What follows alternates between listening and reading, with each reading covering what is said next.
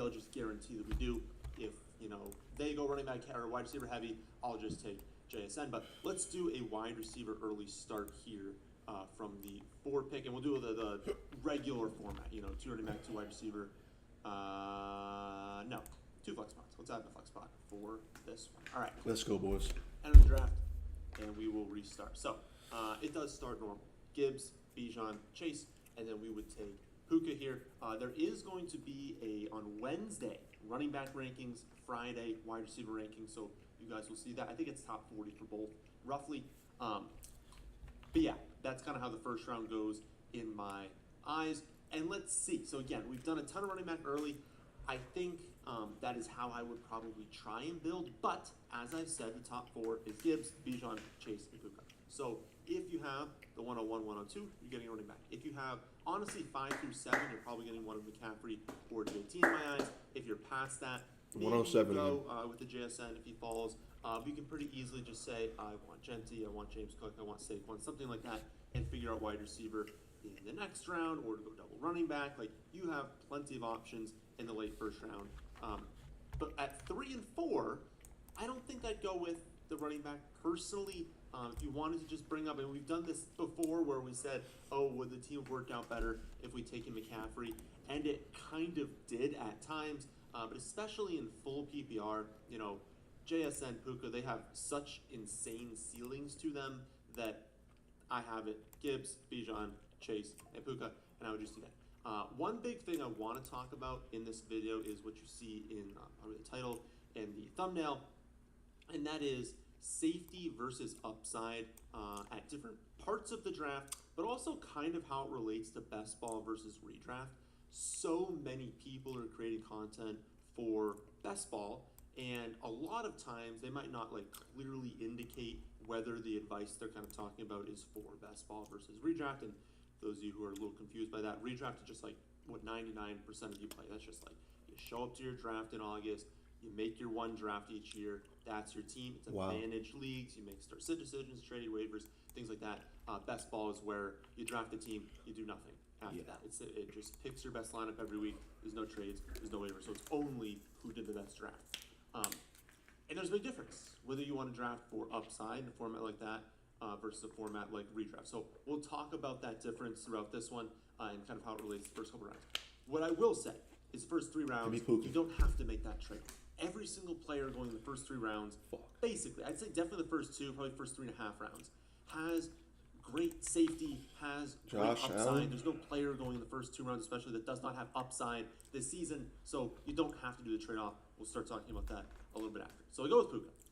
Personally, I don't love it. When I am forced to start with a wide receiver after that, I think teams do work out better if you are able to go with that running back. But it's a difficult spot, and I recognize why 3-4 can be difficult for people because you have Bijan and Gibbs go, obviously. JT McCaffrey going to go, Achane, Genty, Cook, Saquon, Chase Brown, and Martin Hampton, all off the board right now. So I think Ken Walker is probably the last tier 2 player. But there's a chance that you get into this tier 2 and all those running backs are gone, and you feel like, am I forced to take running back at this spot? Honestly, I think just yes. I think you basically just kind of have to go running back and lock it up because teams just don't work out that well. If you continue going wide receiver heavy here, you're really forced to hit in rounds 4, 5, 6, 7 a running back, and you don't want to force yourself into that. But we'll see. Again, let's start with running backs that went. Josh Allen goes, Brock Bowers goes, and then your classic round 1 and 2 wide receivers off the board. So if we pull up wide receiver, it is Nico, Pickens, Olave, kind of the guys that typically go at the back half of round 2 into round 3. It's Trey McBride at tight end, but we're not going to go there. It's Lamar quarterback, we're not going to go there. And then running back, we've got Ken Walker, kind of the last remaining, clearly second round running back. I think Breece Hall and Love are kind of that turn, the 2-3 turn. And then especially in full PPR, Derrick Henry really goes off because he could have a fully healthy 17 games, 10 balls this season. That's even with all the rushing and touchdowns. That's going to limit him in a redraft league. So I would say, again, you just go with Ken Walker. You go with the projection. If you wanted to take Nico, if you wanted to take Pickens, I think that's fine. As we see up here, based on historic full PPR leagues, if you start off the wide receiver, teams typically produce better if you even out the running back. So just take Ken Walker. A little bit of unknown there. I mean, we don't technically know the passing game role, but the potential is there. So he's not a player where it's like, oh, it's definitely all going to be on the ground. We know he's going to have a ton of carries. We know he's going to have plenty of touchdowns and opportunities there. We don't know with the receiving game. He'll have some receptions using the screen game. We don't know if he's more of like a 27 reception running back or like a 47 reception running back or a 57. If he gets up to 57, he's going to be a league winner. If he's down at 27 in full PPR, you're going to be somewhat disappointed with that probably. I mean, assuming like a fully healthy season. But the base work should be London good Pickens, enough to where he's not going to pull a full Derrick Henry through the air again. 10 receptions not going to happen in a healthy season for Ken Walker. All right, so we go with him. Pull up the board here. Oh, and I kind of glossed over a little bit round one for this like Puka and Chase range where I'm saying like I do like just taking them in that top four. Both of them have the ceiling to where, you know, you would have been happy taking them one-on-one over Jahmyr Gibbs and Bijan Robinson. Like Puka Nakua's per route numbers are earth-shattering. I think their defense is going to be great again, so that technically does limit things a little bit, but it's going to be absolutely insane. Like his per route efficiency is monstrous. He's playing with what, a 34-year-old wide receiver. What if Adams goes down? What if Adams regresses a little bit? What if they don't just chuck the ball to Adams every play in the red zone? They actually throw it to Puka. Like the upside is, you know, over 200 targets, 15 touchdowns. Like it's exceptional ceiling. And in full PPR, you can be racking up, you know, 10, 11, 12 reception games. Like that's obviously monstrous when you compare it to even like the round 3 wide receiver. So I know we like going running back, but that's obviously crazy upside. So after this, unfortunately, I'll go Smith for the week 17 stack. And he's a baller. So Nico and Devonta Smith go, and then Jimmy McBride as well. So if we were to flip to running back, we start to get into the guys where I'm not taking them in the early third round. Cam Scadaboo, I like. I'm not going round 3. I'm not going to take Karen in a league where I took Puka. It's too much early round risk. And then you get to Javonte Williams, another capped upside for wanted Igbuka. There's ETN now that Kamara's there. That upside's capped, as you can see. It did bump him down in the rankings past ADP. And then we get to Jacob, Swift, Monty. Like guys, we're just not taking in round 3. So I think you don't go there. Again, when we had the full on there, projections and the data tells us a little bit better to take wide receiver than running back. And these wide receivers are much more of that like 2-3 turn wide receivers. And so I would rather go with them instead of kind of force this other running back. But that's why if we didn't take Ken Walker there, and this team that took like McBride, let's say, they took Ken Walker, and now we go triple wide receiver to start, it's just not as strong of builds that you see at the end of the day. You really have to nail your mid-round running backs, and it's not easy to nail a mid-round running back. So I would just go with George Pickens at this spot, and then we'll see what happens after that. So now we'll talk about that upside versus safety. So again, I kind of said it's not really something you have to worry about in the first 3 rounds because all these dudes have great roles. All these guys have extraordinary ceilings. You're not looking at that trade-off. When we start to get into round 4, we see a little bit more uncertainty. Obviously, you know, 36 players are off the board by my pick, even more than that, we're into the 40s. And so we're starting to be like, okay, either these players are lacking a little bit in ceiling, or they're lacking a little bit in that certainty of the floor. In a format in best ball, you want to typically go with the floor, go with the certainty. We have all the data in the world that tells us that when you are drafting on something like underdog, 18 rounds, and you miss, and you have dead roster spots, those really hurt you. If you're going up against teams that even if they have, you know, quote unquote like lower ceiling players, if they've got all 18, you know, 17 of 18 out there playing, and you've only got 13 or 14, you're at a huge disadvantage even if you've got great players. You just need all those players to be involved, to just have that baseline production, even if you don't have those huge spike performances. Over time, all those median outcomes are going to level out, randomly have spikes, but they're going to level out, and you're going to have a higher end of season total, and you never know in the playoffs, because people's argument to that is basically, oh, well, once you get to the playoff weeks, you know, you don't know, like, you don't have that ceiling. Anyone can score 2 touchdowns. Anyone can have a 30-point game. Go look at the 30-point games from like previous years in weeks 15 through 17. You're gonna be like, what? He had a 30-point game, because anyone can have it. You're not good at predicting it on a very low sample. So just you want to go with safety. You want everyone to be confident in all those picks. In redraft, we're drafting it now. When most of you draft in, you shift a little bit there. because you're setting your lineup every week. It's not that you have 18 players and there's only like 9 or 10 of them that are going to make it into your starting lineup, and it's just whoever produces the most. It is you got to pick. You got to take a guy from your bench and put him in your starting lineup and bench someone else if you actually want to start them. So if you've got a team of a bunch of people who are very, very safe, but maybe lack that league-winning season, you find yourself in 6th place a lot of the time. You find yourself with a really solid score every week, but never spiking because you don't have that luxury of having a bunch of players and being able to use all of them. You gotta pick a select few, and you're much less likely to find that spike in a random week. And you're just much more likely to have like a really good team, but not a team that's like earth-shattering, not a team that's making a difference, and you're gonna miss the league winners. And we have a ton of data as well to tell us there's only, depends on the year, but anywhere from 10 to 15 players every year that really make a difference. And many times, 5 to 7 players that like actually make a difference in winning championships. Think about JSN last season. If you just straight up drafted JSN in a redraft league, you probably made the playoffs. You probably advanced pretty far. Like, yeah, that's one player. The weight that these league winners have in a redraft league is enormous, and it outweighs a solid score every week, but never spiking because you don't have that luxury of having a bunch of players and being able to use all of them. You gotta pick a select few, and you're much less likely to find that spike in a random week. And you're just much more likely to have like a really good team, but not a team that's like earth-shattering, not a team that's making a difference, and you're gonna miss the league winners. And we have a ton of data as well to tell us there's only, depends on the year, but anywhere from 10 to 15 players every year that really make a difference. And many times, 5 to 7 players that like actually make a difference in winning championships. Think about JSN last season. If you just straight up drafted JSN in a redraft league, you probably made the playoffs. You probably advanced pretty far. Like, yeah, that's one player.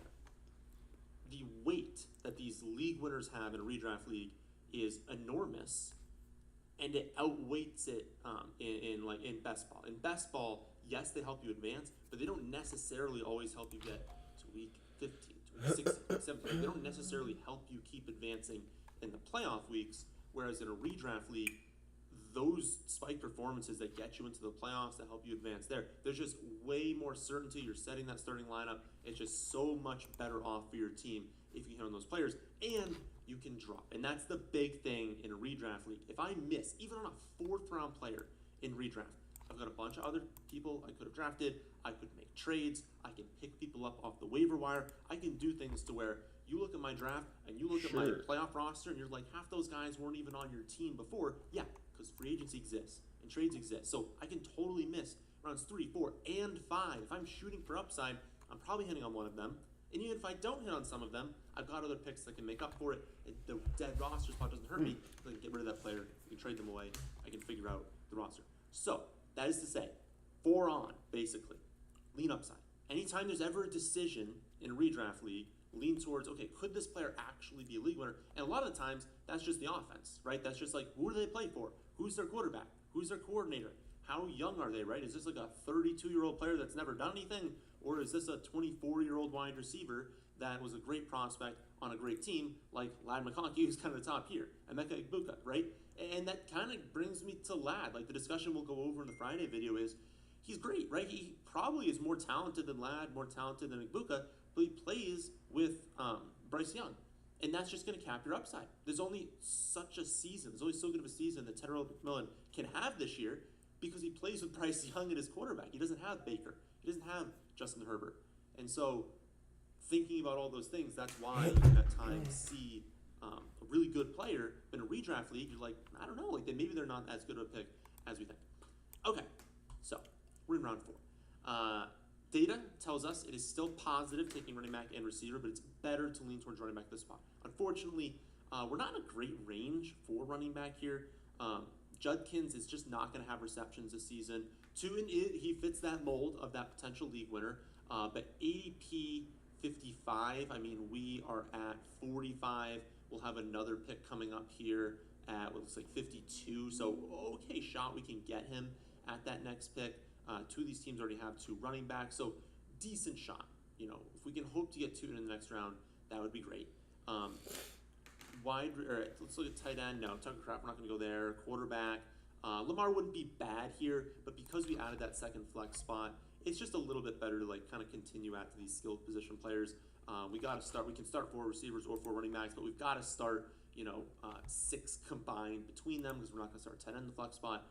So we just need more, and that next range is so good that it makes more sense to kind of wait. So it's basically, do you take a Judkins or 2? And I guess to be fair, I do, even with the difference in the reception totals, have Judkins higher than 2. And so it is positive.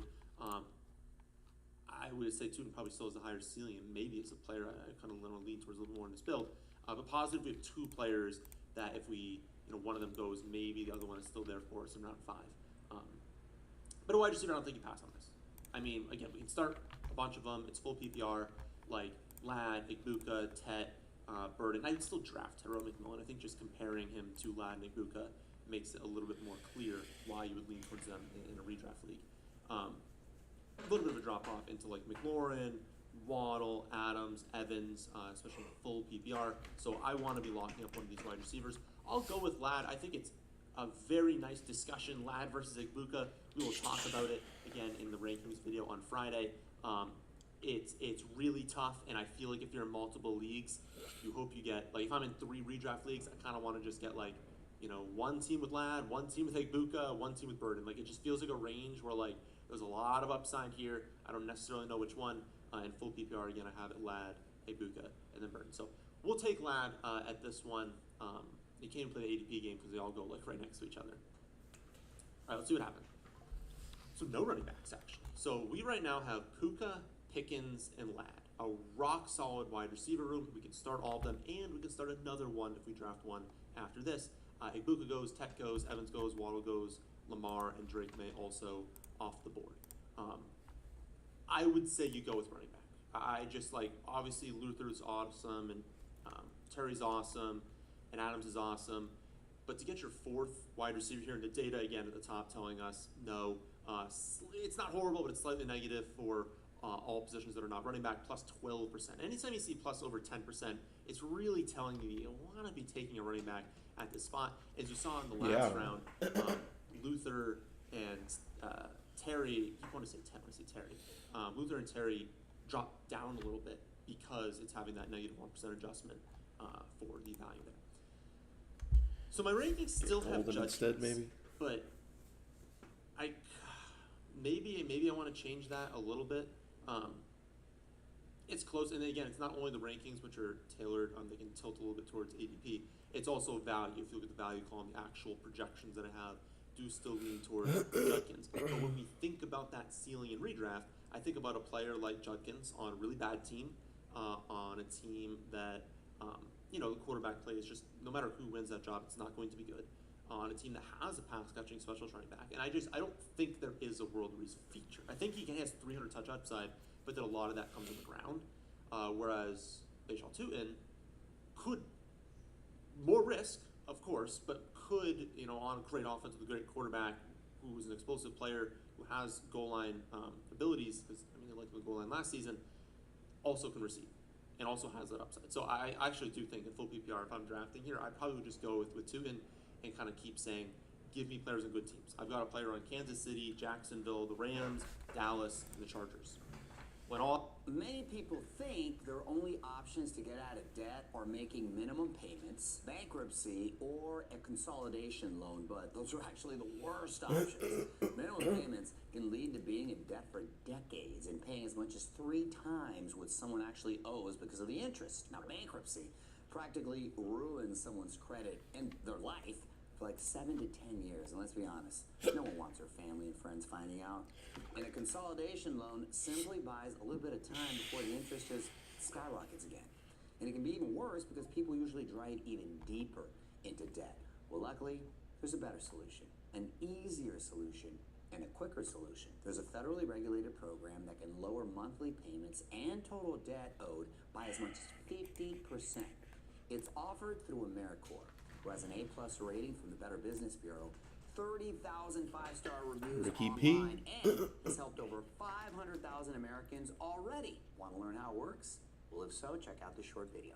Hey, Lynette, I saw you on Oprah where you were talking about money issues. Do you remember that? Hey, Mario, yes, that was a great episode. And I think it really helped a lot of people. I'm sure it did. What are you working on right now? I'm actually working on a special project that's been used by over 500,000. Genty, Amari, and Hampton go at 13 and 14 if he tight end. And again, we've learned our lesson. Okay, I'm not going to take Bowers at 20 because I would rather just go ahead and I would rather just take McBride at 29, right? I'm not going to take Bowers at 21. I'd rather take McBride in the third. So I've learned my lesson. I'm going to be locked the hell in, and we're going to draft a God squad. I'm feeling it. 2. Hope, pray that we can somehow keep it together. I'm changing nothing with our first pick, right? Our first pick, it's stupid simple. You take the elite wide receiver. No way in hell I'm pulling up McCaffrey. No way in hell I'm pulling up Jonathan Taylor. We take Puka Nacua. I have gotten 5 so often in these $500 drafts that from a raw dollars perspective, JSN's my most invested into player. I have $2,900 worth of drafts with JSN and only $200 worth of drafts of Christian McCaffrey. Is it because I think JSN's the best pick in round 1? No. It just goes to show that every single time I enter in one of these $500 drafts, they're throwing me at one of these like 3 picks.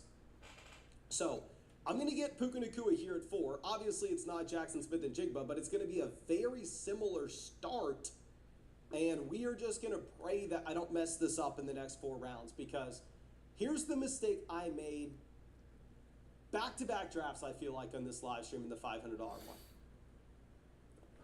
Is I've gone through it, I've taken Brock Bowers at pick 20. And what has happened when I've taken Bowers at pick 20?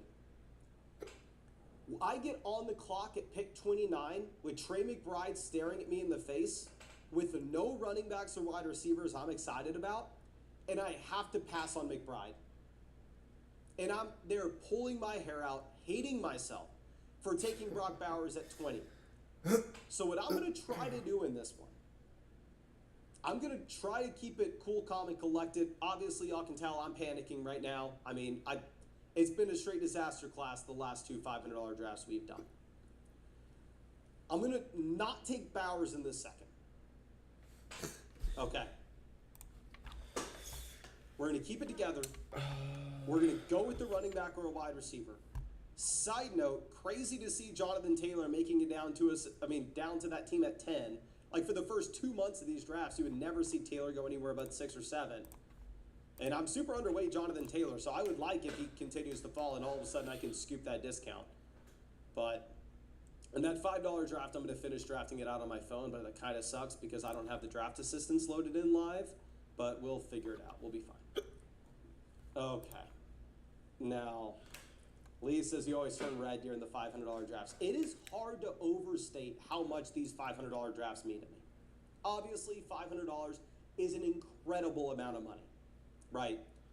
I do a lot of $5 drafts on the live stream. Like, every single night I'm drafting, and most nights it's $5 drafts, $3 drafts.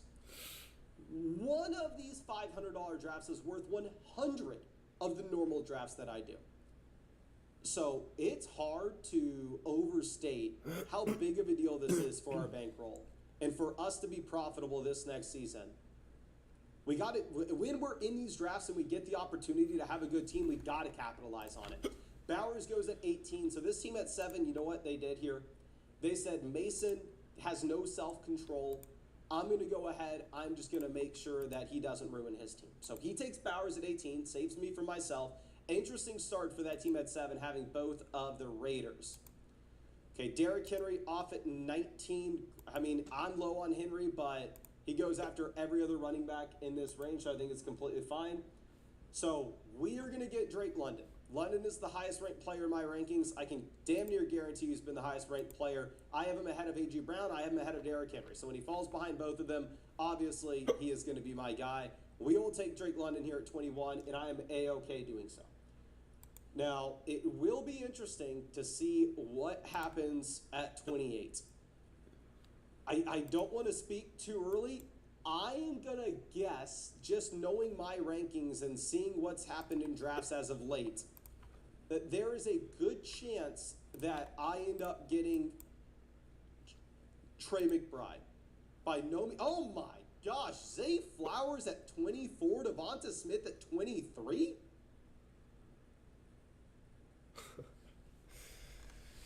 So, oh, Jacobs goes 25 as well. Gosh. Oh, this is, okay. Okay. Egbuka goes 20, so what is going on? Pickens off, we get Jeremiah Love, we need to balance it out with a running back. Okay, we're going to get Love here. Crazy turn of events seeing Zay Flowers, Jacobs, Egbuka run off between picks 24 and 26. Typically, Egbuka, Jacobs are fourth-round picks. Zay Flowers, it used to go at the end of the third. Now he goes in the middle of the third. Ooh. Your people are connecting from everywhere. They expect the same exceptional experience every time. But securing it is more complicated than you think. And complicated security makes you vulnerable. Users get security fatigue and take shortcuts. IT teams get bogged down with too many tools and things slip through. Welcome to Cisco Secure Access on Cisco Security Cloud. Better for users, easier for IT, and safer for everyone.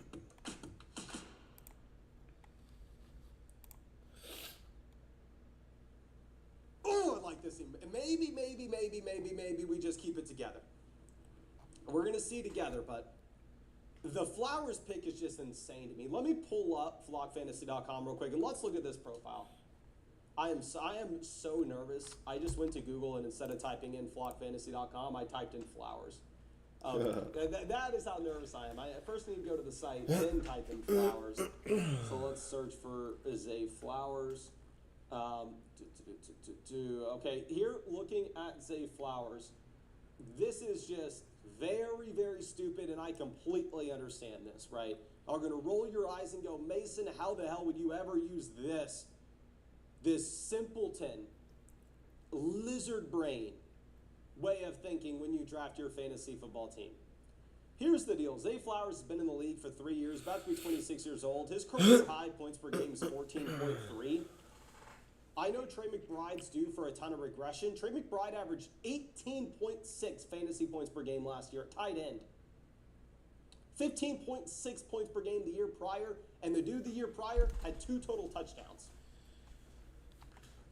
Like, I don't get the Flowers pick personally. But again, I'm not going to complain. And hell, based on the teams that I've been drafting in these $500 drafts, I'm not the person to be throwing stones, right? I'm throwing stones from a glass building right now. Jalen Waddle goes 39. Waddle's been moving up these draft boards in a big-time way. Okay. Well, let's see. Teterow McMillan off at 40.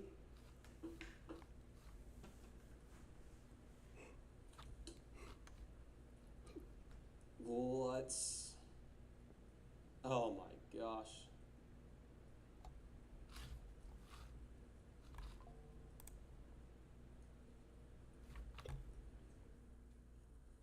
Terry McLaurin goes 42. Okay, keep it together. Evans off 43. Do we take Neighbors? If Neighbors makes it to us, do we take the one-legged receiver? I understand he has one leg. But Luther Burden was playing behind Olamide Zaccheaus last year. Olamide Zaccheaus was playing ahead of Luther Burden. How am I supposed to take that dude over Neighbors? Welcome to the squad, my one-legged brethren. I am going to do everything that I can to get Malik Neighbors healthy this season for this team. I'm going down to the plasma clinic, all right? I am telling them, harvest it all. I don't need any. Take whatever I have from my body.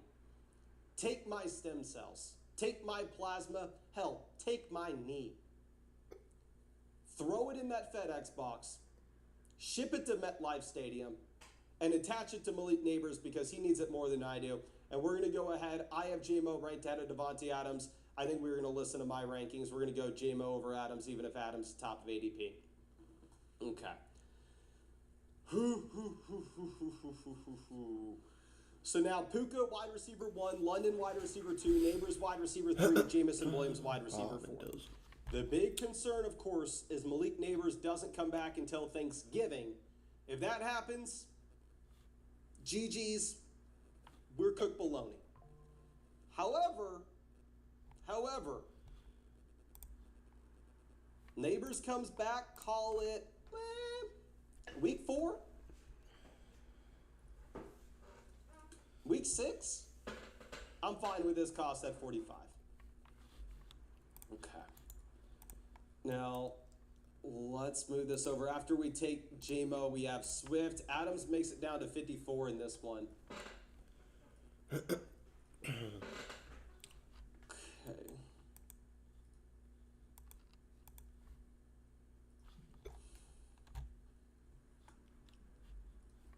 Oh my gosh. I like this team a hell of a lot more than the teams we've been drafting as of late. I understand Ted Neighbors injury stuff, but come on. The guys that go right after him are Luther Burden and Christian Watson at wide receiver. It's Malik freaking Neighbors. Okay. Now, Lamar Jackson off 59. There are no teams that are absolutely crazy in my mind. I mean, this team at 1's just going and getting their guys right. But I don't necessarily think you can say they have like a bad team by any stretch of the imagination. Like, their team looks good. It's just filled with, I guess, players that they're fans of. Like, again, they're reaching considerably, but draft assistant does like our team here, which I feel good about.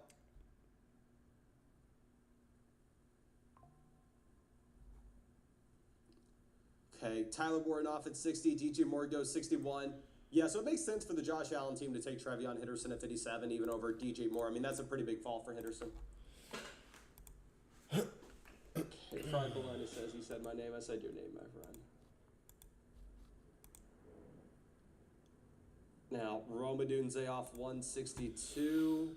Jadarian Price goes 63. I'd have been excited to take Jadarian Price at 69 and get both of the rookie running backs from the same backfield. Just take them from their college backfield, throw them in my fantasy backfield. Now, I don't want to say anything until we're on the clock. Now, obviously, y'all can just look at the draft assistant and see my rankings, but I'm going to try to keep it close to the chest here. Try our very hardest.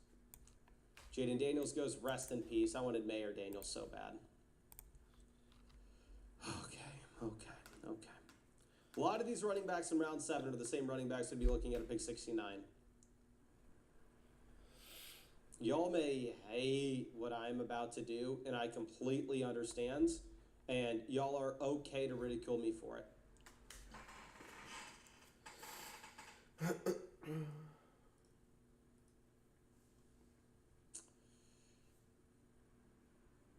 A limit is off. So typically what I do at this turn, especially in large field underdog contests where stacking matters a ton, is I pull up Jalen Hurts at the end of the 6th and expect that we could potentially get Mekhi Lemon in the 7th. However, Mekhi Lemon's already off the board. So the quarterback we are taking is going to be an unstacked quarterback regardless. If this was a Best Ball Mania draft, or if this was a puppy draft, if this was a massive large field contest where in week 17 you're going up against hundreds of teams, I am never taking an unstacked Joe Burrow here. However, if you're not familiar with these higher stakes, smaller field contests, the final for this tournament is 10 teams. So while stacking is still ideal, while I'm still going to be going after our stacks, when we get to a range where the draft is extremely flat, taking Hurts doesn't give us the benefit of Mekhi Lemon on the wraparound in round 7, I will be okay taking an unstacked Joe Burrow. And then for our next pick, Y'all are going to hate it. I'm going to go ahead and take Chuba Hubbard at 76. And I'm going to go, what if Jonathan Brooks, the last time he saw 10 carries in a game was, I want to say, 2023 November? What if he is not the starting running back for the Carolina Panthers, and instead it's Chuba Hubbard, and Hubbard repeats what he did 2 years ago before we had the Dowdle emergence and Hubbard got injured himself this past season? So, we're to go ahead. We are going to take Chuba Hubbard at 76. Everybody hates him at this point. Everybody is expecting that Jonathan Brooks is the starting running back for the Carolina Panthers. While Hook'em Horns, you know I want to root for a fellow Longhorn. It is difficult for me to get there with the injury history that we have seen from Brooks and the fact that over the past, 30 months, 32, 33 months, he has had a total of like 8 carries in a real football game. Gonna be tough for me to get behind that. Now, of course, he's running around, been a year since his tear, so I get it. I understand why people like Jonathan Brooks, and I'm not gonna fault y'all for it. I'm just telling you where my mind's at and what I am thinking as I go through and make this pick with my own 500. Okay. Now, Chris Godwin off at 83. Kraft goes 82. Still like the team. Still like the team. Definitely felt like we got sniped at 69. And I would hate it if it was a regular underdog draft, but a smaller field contest, I'm Let's get fine another with one the in, boys. unstacked QB. Okay. Now, let's see Justin Herbert off at pick 85 here. We still have quarterbacks that are very possible to pair up with our wide receivers, such as Stafford, Goff, as well as Dart. The quarterback I would be most interested in would be Jackson Dart, given the rushing upside that we have. But any of those quarterbacks, oh my gosh. Caleb Williams, I have never seen make it to the 8th round. Addison goes, where are the Chicago Bears drafters here? If we go through and look at this, the Roma Dunze team, I guess, already had Lamar Jackson. The Luther Burden team and the Colson Loveland team are both on the other side of us. This has caused a massive, massive fall for Caleb. Which, again, Caleb's typically around 6th pick and now falling all the way to the 8th. I would assume he has no chance of making it back to us at 93. But maybe I'm wrong, but I would assume that Daily Rojo takes him at 91 or Lyle Kittenhouse takes him here. But Lyle Kittenhouse has Daniels, so he actually goes with Michael Pittman Jr. So yeah, one of these next two teams without a quarterback, I'd imagine, end up taking Caleb. Nope, this team actually goes with Purdy to double stack with Evans and McCaffrey. Imagine if we got Caleb Williams at 93. Oh, that would have been freaking great. So we don't have 112. either quarterback stack here, but again, I know y'all are going to rip me to pieces for this and get those pieces little teeny tiny, rip me to shreds. I'm going to go ahead, I'm going to take an unstacked Dak Prescott because in these smaller field contests, very similar to your regular ESPN league, very similar to your regular sleeper, your Yahoo drafts. So I still believe stacking is advantageous in your regular redraft league because you're correlating your bets, you're raising your ceiling, lowering your floor. But again, you only get paid if you get 1st or 2nd. Getting 6th place is no different than getting last. I still think stacking matters there, but it's not as crucial as those large field contests where you have hundreds of teams in week 17. So we are going to take an unstacked Dak at 93. We are just going to load in a ridiculous amount of quarterback points with a combination of Joe Burrow and Dak Prescott. I've actually won this big dog tournament myself for $100,000 in the past. And how did I do that? Oh, I did that with an unstacked Patrick Mahomes at a very similar cost to where I just took these two quarterbacks as well. So I've won this tournament before. I've done it with an unstacked QB. I think it's possible to do yet again this year, but we will see. Now, Jonathan Brooks off at 98. Ricky Pearsall goes. Even at this point, I still have Kyle Monangai ranked ahead of Blake Corum. I understand the thought process and people taking Corum, but I'm just going to prefer Kyle Monangai because for me, I would view the possibility that Blake Corum just straight out beats Kyron Williams for the starting running back job of the Los Angeles Rams. Very low probability, sub 20%. Maybe it's 15%, maybe it's 10% that Blake Corum just straight up wins that backfield outright. However, I think Kyle Monangai's odds of beating out DeAndre Swift are a little closer to 30%, 35%. I think it's more believable for me to see that in my mind. And neither one of these running backs has a phenomenal receiving skill set in general, but there's a big but on this one. If we go through and if we look at Kyle Monangai, in the game in which you had no DeAndre Swift this past year, you go to flockfantasy.com, let's pull this up. Okay, he had that game against the Cincinnati Bengals was the one in which you had no DeAndre Swift. He played 73% of the snaps. He had 26 carries, which obviously incredible, but the main thing I want to point out is he had 5 targets. He showed that if you had no Swift, he could get used as a receiver. Now, don't get me wrong. Even if Kyle Monangai somehow beats out DeAndre Swift for the starting running back job, what I would expect to happen is I would expect Monangai to be the first and second down grinder. DeAndre Swift is a way better receiving back. But if we're talking about pure handcuff level upside, I do think if Swift were to go down, you could see Kyle Monangai on all 3 downs in a Ben Johnson offense. Yeah. And again, in that opportunity that he had with no Swift last year, he played 76% of the snaps and was used as a true workhorse. Okay. Now. Yeah, 1.3. Bala says, guy at 3 spends though. $500 to draft with a YouTuber that snipes him twice. I do want to give a personal apology to the team at 3 with Jamar Chase and George Pickens when I took Burrow and Dak at 69 and 93. I apologize, my friend. I am sorry. Now let's swing this back over. The draft assistant, I'm sure, is going to tell us that we are done at 2 QBs, but again, I personally want to make some adjustments knowing that this is a smaller field contest where we don't need to have the same level ceiling for points in our flex spot as a wide receiver 8 or a running back 6 that you would need to have in a puppy or a Best Ball Mania draft, which obviously are the majority of drafts on Underdog, which we build out the flockfantasy.com tools for. J6 says, bro, the Trey Lance Cup. Yeah, I don't know if y'all have seen this before. Shout out to somebody. I wish I remembered his name. It's embarrassing that I don't. Shows how bad of a person I am.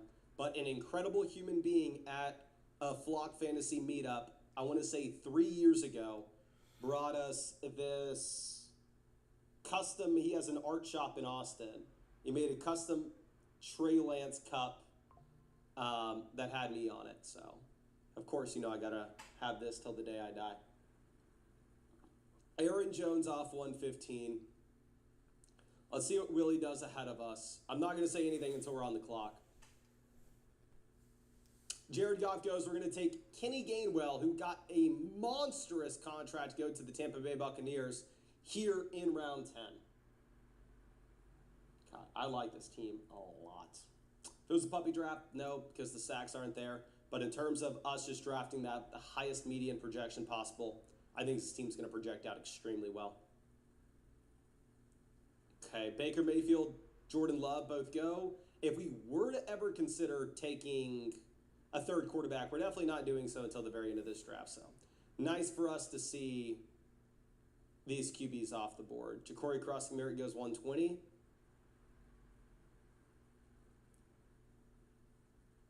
Isaiah Likely off at 121.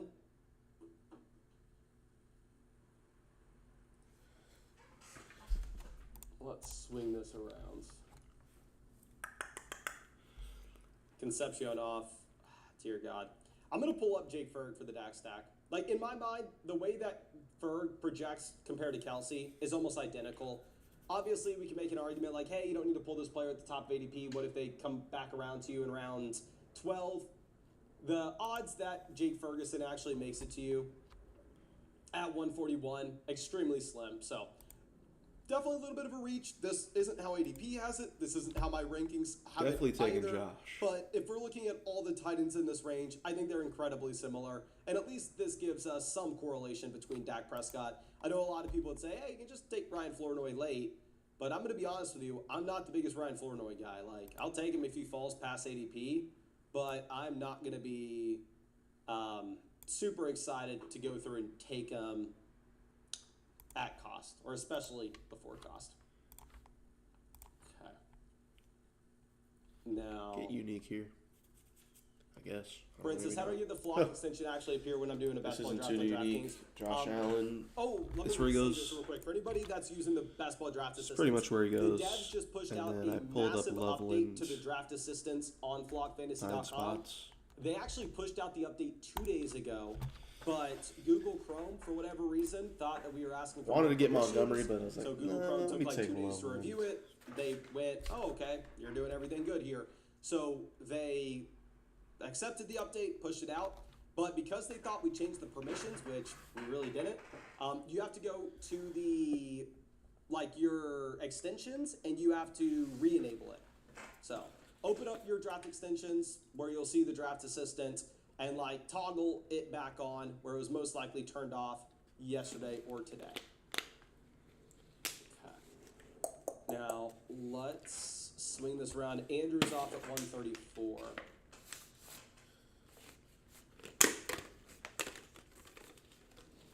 Now let's move this back around. Shahid off 135.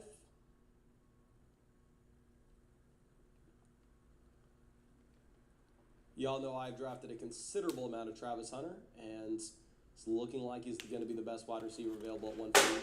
The draft assistant telling us we actually need to go 6 running backs. I bet our running back room is maybe a little bit better than it is, but having Jeremiah Love RB1, Chuba Hubbard RB2, Kyle Monungai at 3, Chalky start. Chalky start. it's telling us that we need to go ahead and point draft one. 2 more running backs. Nice. We need to get to 6 RBs. Wide receiver, we need to get to 7. How about this? And then obviously Nice. tight end, we need to get to 3. But let's pull this around.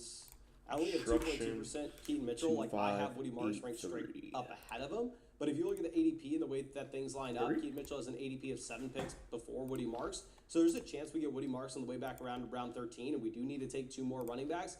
So we'll take Keaton Mitchell here. In my opinion, the pure handcuff to Amari and Hampton. I don't think we're going to get usable weeks with a healthy Hampton, with the expectation that there's a good shot we get Woody Marks at 148. And if we do, then we're going to be done at running back officially then. Okay. I think I'm a late today. Now, Cam Ward off 144. CJ Stroud goes 145. And if Marks goes, then we're pivoting over to tight end. Honestly, we may need to look at tight end regardless. Because, I mean, we do have 5 running backs. If we're taking that 6th RB, we can just look at somebody at the very end. Gadsden off. Woody Marks goes. I have Daniel Jones, the highest ranked player, but again, I'm not really looking at quarterback here. I'll take Hunter Henry. I have Hunter Henry ranked ahead of Brenton Strange. I wouldn't fault you at all if you wanted Strange, but actually both the Jags as well as the 100% take Patriots offenses. Currently, sportsbooks have both of them regressing in a big time way. Now, let's pull this down. And team after us, just absolute Parker smash or pick Marv? of Caleb Williams at 92. Really surprised they were able to get that. Let's go Parker. So, let me pull this around. So, right now, Yeah, our we need to team's go set 2 up with receivers Puka for Nacua, wide sure. receiver 1, Drake London, wide receiver 2, Malik Neighbors, wide receiver 3, Jamison Williams, wide receiver 4. 6.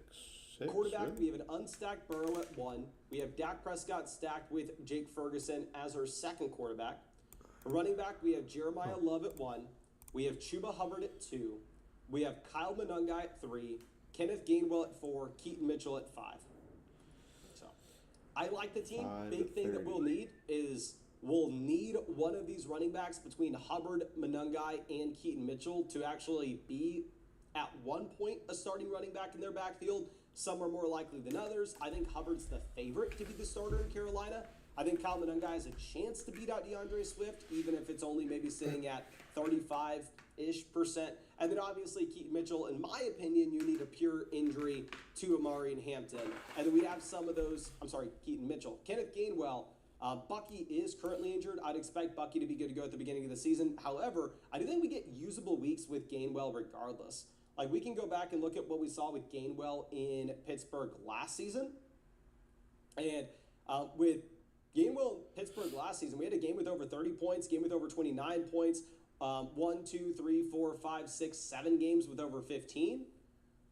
And again, that was in the Pittsburgh Steelers offense. If you actually look at the contract that the Tampa Bay Buccaneers gave him, contract's super strong. It's 2 years, $14 million. They let Rachaad White walk, and Rachaad White got paid $1.5 million. Okay, Deebo Samuel off at pick 160, and let's swing this around. And Dog's going crazy. Dog loves the team at this point. Okay. Now, in terms of Ryan Flournoy, if he makes it to us, sure, I'll take him. Obviously, you can see my rankings. I have him as the 4th best player on the board. Algier off at 162.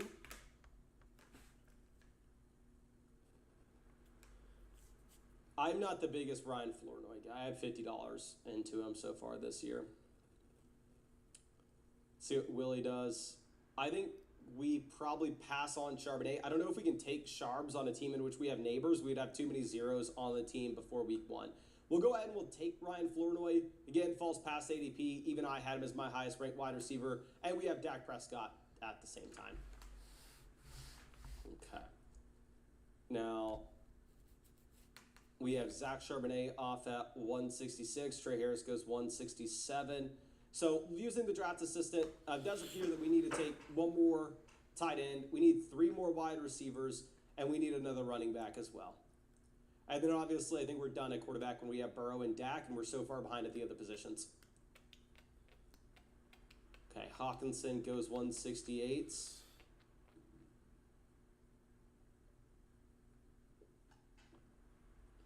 Greg Dulcich goes 169.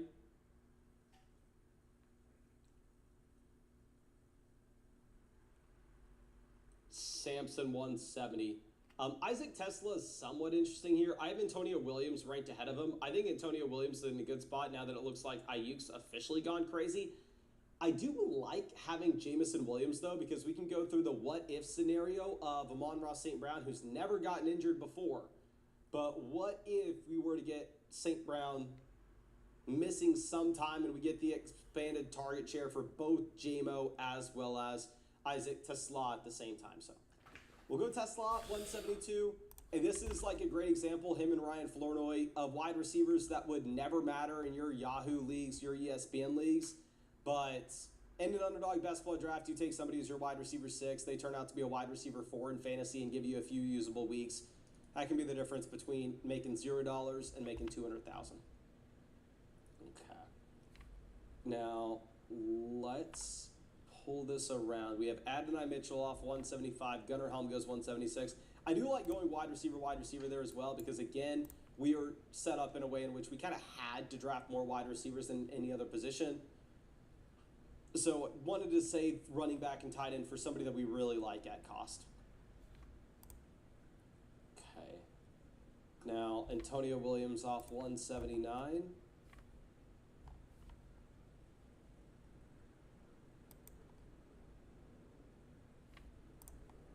Kamara goes 180. I'm surprised Kamara's cost hasn't steamed up a bit more. I honestly thought it would. Nichols says, if I use your code on Underdog, do I get $50 when I deposit 5? No, sir. It is, you get $50 after you play $5. So if you sign up, code FLOCK on Underdog, you'll deposit like $10, get in a $5 draft on Underdog, and then you'll get $50 added to your account. And you'll also get the free draft assistance as well as the free best ball rankings too from the site. Now, let's swing this over. Kate Otten goes, Calvin Ridley off the board. Again, we need one running back. What would possibly be interesting is going Sean Tucker with Gainwell and just asking what if Bucky Irving is officially cooked. Judy goes. Yeah, we'll go Sean Tucker. We'll pair him with Kenneth Gainwell. And if Bucky isn't able to come back from the surgery he had this offseason, comes back slow to any extent, then obviously we can get the bump with both Gainwell at 117 and Tucker at 189.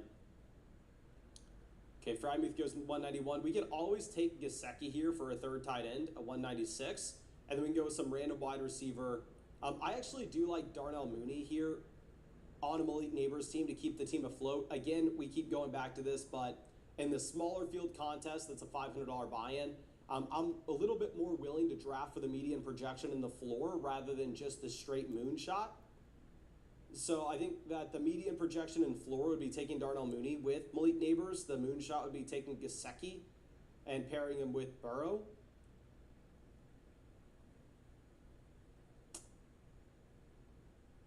Let me think. Oh, I'm fine with either one. Hopefully this team helps us make our decision. What are you doing here, buddy?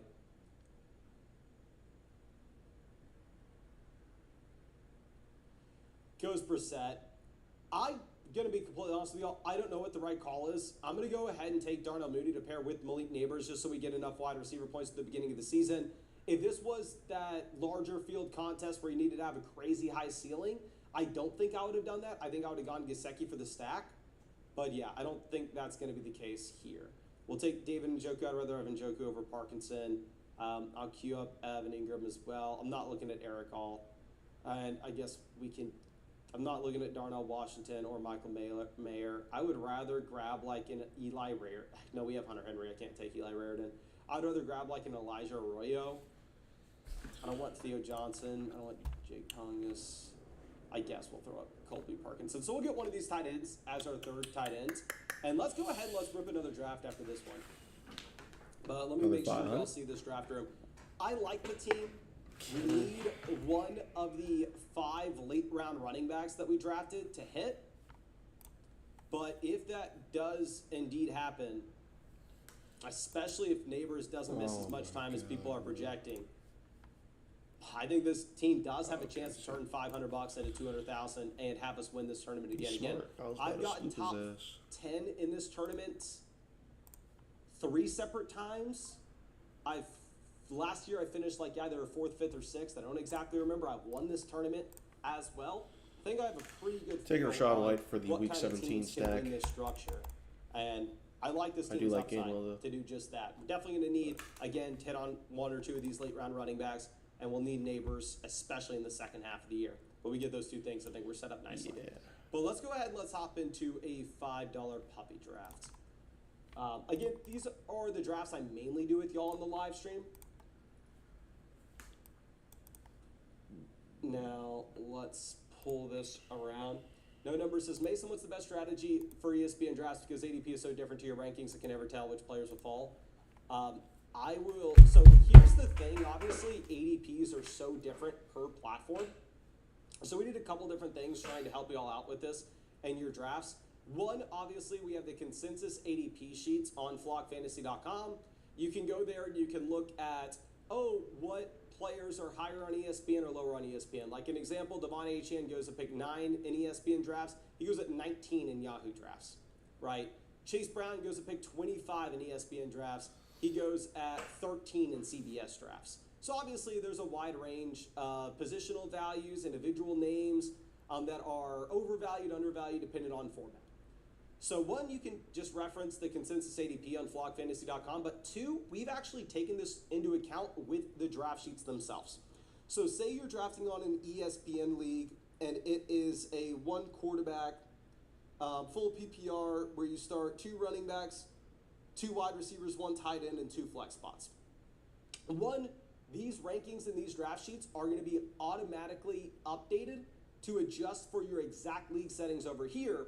But 2, what we're actually going to sort these by will be the rank plus ADP, which will average out the ranking that you're looking at. So in this instance, it's the expert average. I'm going to go ahead and set the Mason Dodd ranking, and it will also average out with the the ESPN ADP, because that's the one that we have selected. That way, if like running backs are way higher in those rankings, you'll actually be able to make those real-time adjustments and get some running backs in your draft. So the draft sheets take into account the fact that ADP is wildly different from platform to platform, but just make sure you have the correct platform selected. Again, another example of this is like, I have Brian Thomas ranked as a mid-6th round pick in my rankings, but in some of these draft platforms, Brian Thomas goes in the 9th round. So if you were just using straight up rankings and you take him in the 6th, you may have passed on some value you could have gotten and didn't even know. And if you were using the draft sheets, well, I'm well ahead of market on him. I want you to take him. We instead have him projected to get draft. We'll have you in the draft sheets take him in the 7th or 8th round instead of the 6th, right? In between where his ADP is and where our peer ranking is on him in your format. Okay. Now, Kenneth Walker goes 14. Before Apoquel chewable for allergic itch, giving dogs pills was a battle of wits. Oh, Maria, I'm wise to your foolish game. Is it gone? Totally gone. Relief for itchy dogs can be easy. I've had worse Apoquel, backs. the trusted #1 treatment for allergic itch, is available in a tasty chewable that works fast. May cause worsening of existing parasitic skin infestations, serious infections, or pre-existing cancers. New neoplasias. What the Amari and Hampton off 15. Chase Brown goes 16. So my highest ranked player I know is going to be Achan. Yeah, it's Achan. I have Achan, then Drake London. ADP has Achan, and then Derrick Henry. But we'll pair the combination of Jonathan Taylor and Devon Achan together. No number says thanks, I've been stressing. I'm also going to keep on doing those like ESPN mock drafts, those Yahoo mock drafts, those Sleeper mock drafts on the live streams with y'all. Obviously, mainly I'm going to be doing these underdog drafts, but I'm definitely going to be mixing in the redraft stuff for y'all as well. Makes I wanted Davis Willis, when you wear the jersey but backwards. I'm not gonna lie. I I'll had try and this get idea Cam in right the before next this stream round. started. Actually, what's his ADP? I threw it on, looked in the camera, I was like, 139? "This is Okay, so never mind. I'm much not gonna better." get him You the can next round. actually see what jersey I'm wearing. Maybe. You can see the numbers. Nah. You can see the name. Like from now on, Maybe I get we are Darnold as wearing well. backward jerseys 100% of the time. Don't know why it took me so long to realize it. Oh, there goes Cam Ward. Yeah, I'm an idiot. Steve though says, does the draft assistant take to the custom draft sheets or just your rankings? So previously version 1 was just the rankings, but version 2 should have been just rolled out where you'll have a ranking section where you can look at the pure rankings and you can also look at the draft sheet section as well. So very similar to this underdog draft assistant, how I can tab through. You'll be able to tab through with the custom draft sheets, the pure rankings, and then also your roster construction. Okay, now let's pull this over. Trey McBride goes 25. King Group says it's a really nice Sam Laporta jersey. I thought it was a Jameson Williams jersey. Now, Jeremiah Love off 27. Again, we took him at 28 in the last draft. Our draft in the last one went Puka, London, then Jeremiah Love with our first 3.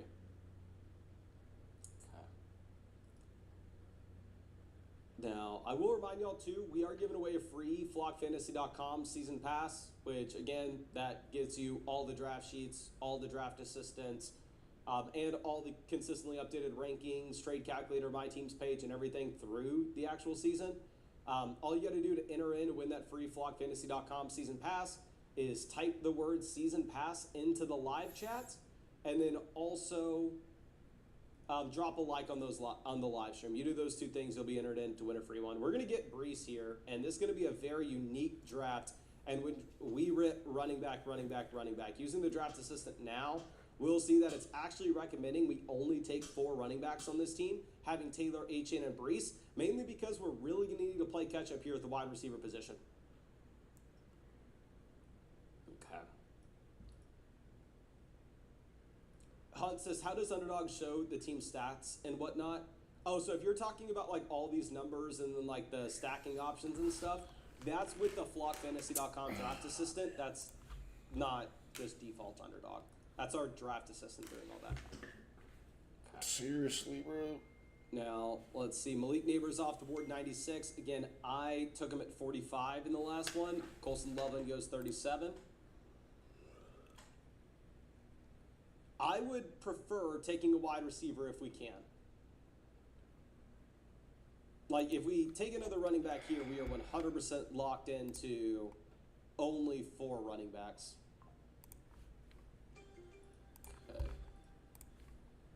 And I didn't realize, but the draft paused. Switch that around for y'all. And let's go. If you're using my rankings, I do have Tetaroa McMillan ranked ahead of ETN, and we're going to go ahead and do just that. Obviously, I am higher than consensus on Tet, and I am lower than consensus on ETN. And I also think that it makes the roster construction work a little bit more, gives us a better balance. Okay. ETN off at 62. Let's see. Connor says, bad running back in the first draft, so we compensate in the next by taking 3 in a row. Here's the beautiful thing, my friend. If you don't understand the possibility of late round running backs hitting and the wide range of outcomes that we have with guys where we can project them into specific roles going into the season, but those projections don't always come true, I would love for you to join our next $500 draft. I would love for you to join as many drafts with me as possible through the course of this offseason. The link's in the description. It's in the comment section. I'm here waiting for you every night, buddy. I'd be ecstatic for you to get in here. Okay. Now, Mike Evans off at 50. I think Evans went at 43 in the $500 draft. Bucky Irving goes 51. For us, again, I would be most worried about falling behind at wide receiver. So we have Trevion, DeAndre Swift as our 2 highest ranked players, and then Carnell Tate. So we are a bit higher on Carnell Tate than the market. Come on, but I think this may be one of those drafts in which we end up reaching on him. If we get Trevion making it to us down at 56, maybe a little bit tough to pass. But no, Trevion Henderson does actually go 53. So it looks like I'm probably going to get my wide receiver here, which will be Carnell Tate. Okay, Bashal Tuden off at 54.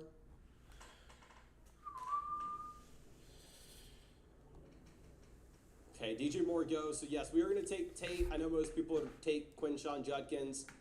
However, it's a basketball format where we got to start 3 wide receivers. In my opinion, wide receiver we should place a premium on, and I am fine trying to find some late round running back hits, especially if we see the historical injury stuff revert to the mean for running backs, and we see more early round running backs get injured this season than what we had last year, where last year pretty much no early round running backs got injured.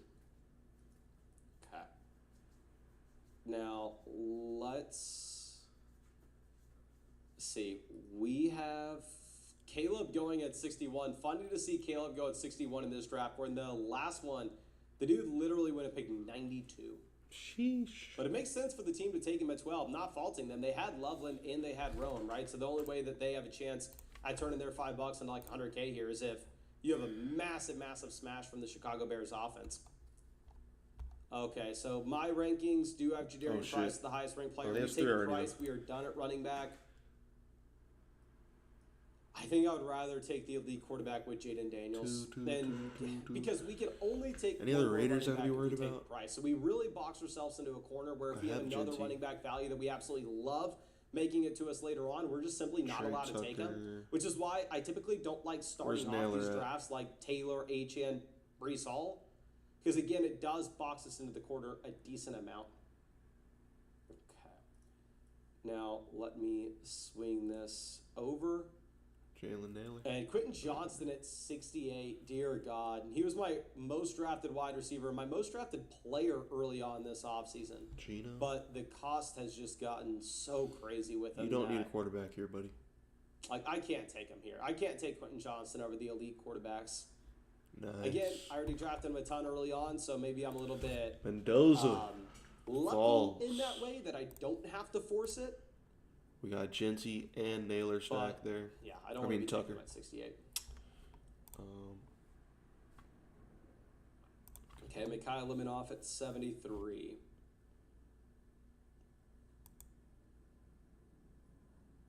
Okay, Jalen Warden goes 74. Huh. Parker Washington goes 75. Oh my God. Again, my preferred pick in this range, if you got to take a wide receiver, would be Mekhi Lemon. I really like what this team at 1 just did, stacking Jalen Hurts and Mekhi Lemon together there at the turn. Metcalf off 76. All right. Not the end of the world. It's my 7th receiver. Okay, let's swing this. We probably will take Chuba if he makes it to us, and then we'll call it a day at running back. So going back to what we were talking about in terms of the different strategies with different underdog tournaments that you were in. In the tournament that we were just in previously, So running back. okay, he's tight off. end. We're going to take Cortland Sutton, and let me explain why. So the tournament that we were previously in, Not we horrible, saw me and take it's a an week unstacked 17 stack. Joe Burrow and an unstacked Dak Prescott. Now, bad. of course, we ended up going through and stacking Dak later with Ferguson and Ryan Flournoy. But the reason I was able to take those quarterbacks without their stack was it was a smaller field contest, right? So let me pull up the amount of teams that are in that $500 draft tournament. So the amount of teams in the $500 draft tournaments on Underdog, you have 2,100 entrants, right? So if you want to turn your $500 into 200,000, you got to be about 2,100. I don't want to do it. And then also you have 100K a second, so on, so on, so on. But in the $5 puppy, you have 225,000. You have 10x the amount of teams in this tournament as the $500 big dog. So when the field is this much larger, you do need to have a much higher ceiling when you go through and take some of these names, and stacking becomes that much more important. Now, dear freaking God, what am I going to do here? I'm going to reach on Laporta. I don't like the wide receivers in this range. I like the quarterbacks, don't get me wrong, but when we already have Jaden Daniels and we don't have the stacks with those QBs, for the reasons we just mentioned, it's going to be a little bit tougher to take them. And I think Sam Laporta straight up outscores Josh Downs. So it'd be very tough for me to take Downs. But again, that is the difference between us deciding to take an unstacked Dak Prescott at pick 93 in the draft that we did previously versus passing on Dak Prescott at 89 in this one. It's that this tournament is so much larger, especially in the final 3 weeks. You have to go up against a ton of people, right? Like if you are looking at the structure of this puppy tournament, it is a $5 buy-in, $1 million prize pool, $200K to first, $100K to second, $50,000 to third. See all the prizes. But how you turn your $5 into $200,000 is you have to be a top 2 scoring team in your 12-team draft. Then in week 15, you go up against 9 people. You have to be the highest scoring team. Week 16, you go up against 9 people. You have to be the highest scoring team again. And then week 17, you go up against 374 people. So you need to have an incredibly high ceiling. You need to have some pretty big spikes in those final 3 weeks. So stacking with those quarterbacks that don't run the ball is going to be a lot more important than, again, in the big dog tournament we drafted before this in the $500 one where there's only 10 people in the final round, right? Not 300 something. Yeah. Ryan says you're doing the drawing now. We are not going to draw for the free flockfantasy.com season pass until after this draft. So again, if y'all want to enter, all you got to do is type season pass in the chat and then drop a like on the live stream. That'll enter. You only got to do it once. Doing it more than once isn't going to get you anything extra. Shit. Okay, Dart off the board. Rashad White goes 102. I don't want to say anything until we're on the clock. Michael Wilson goes. I wanted Michael Wilson badly. We'll take Jacoby here because we have some flexibility with what we can do on the way back around. Like we have the Bo Nick Sutton pairing and we have the Goff Laporta pairing as well. And we still need wide receiver points. I mean, just the way that these best ball drafts work, we got to start 3 wide receivers and there's no waiver wire. Wide receiver points are just incredibly important to not fall too far behind on. All right, boys. And obviously